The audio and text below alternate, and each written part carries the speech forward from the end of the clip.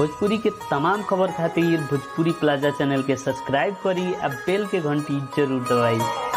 अपने लोगन का बहुत बहुत स्वागत है भोजपुरी प्लाजा यूट्यूब चैनल पे। जी भैया, अपने लोगन के बता दी कि पावर स्टार पवन सिंह के दम फिर से एक बार और देखे के मिलल है। जी भैया, अपने लोगन के भी बता दी कि पावर स्टार पवन सिंह जी जब भी कभी भी देश खतरा में रहले और देश के जनता के साथ में हमेशा उतरे के प्रयास करलन। वैसे ही पुलवामा अटैक में जौन की सेना पर हमला हो रहा वो समय में भी पवन सिंह जी बहुत ज़्यादा पैसा के सहयोग करके देश के आर्थिक सहयोग कैले रहे। जी भैया, अपने लोगन के बता दी कि आजकल के समय में इंडिया में कोरोना वायरस से संक्रमित लोग की संख्या बढ़ते जा रहा है। वैसे देश और दुनिया खतरा में पड़ रही है। समय में पावर स्टार पवन सिंह जी भी कोरोना वायरस पीड़ित लोग के बहुत बड़का रकम से सहयोग कैले है। कि जी भैया, अपने लोगन के बता दी कि पवन सिंह के टोटल रकम है 80 लाख रुपया के अनुदान दे के भारतीय सरकार के सहयोग कैले। ऐसा दरिया दिली के उनकर फैंस और देश के जनता लोग बहुत ही सराह रहा है कि जो कि बहुत ही भोजपुरी इंडस्ट्री के लोग सब आजकल सहयोग करे में लागल है। वैसे ही पवन सिंह जी सबसे आगे आके सबसे ज़्यादा पैसा के सहयोग कैले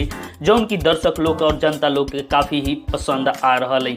वैसे पवन सिंह जी पावर स्टार बहुत ही दमदार स्टार हुआ और अपना वर्चस्व के बदौलत वो अपने आप के भोजपुरी इंडस्ट्री में बहुत ही बड़ा और बहुत ही ऊंचा मुकाम पर हासिल कैले हुआ और एक पोजीशन बना के रखले हुआ जौना के चलते पवन सिंह के पवन सिंह एक ब्रांड के नाम से भी जानल जा। लेकिन पवन सिंह के ये दरिया दिली के लोग बहुत ही अच्छा और उनका सहयोग के बहुत ही आदर सहित अनुग्रहित कर रहा है। तो जी भैया, अपने लोगन के बता दी कि पवन सिंह के आवे वाला दिन में भी अपने लोग हम उनकर सहयोग के देखबे करम। चलते चलते वीडियो के कर दे लाइक, चैनल पे पहले बेर आयल बारी तो चैनल के कर दे सब्सक्राइब। जय हिंद, वंदे मातरम।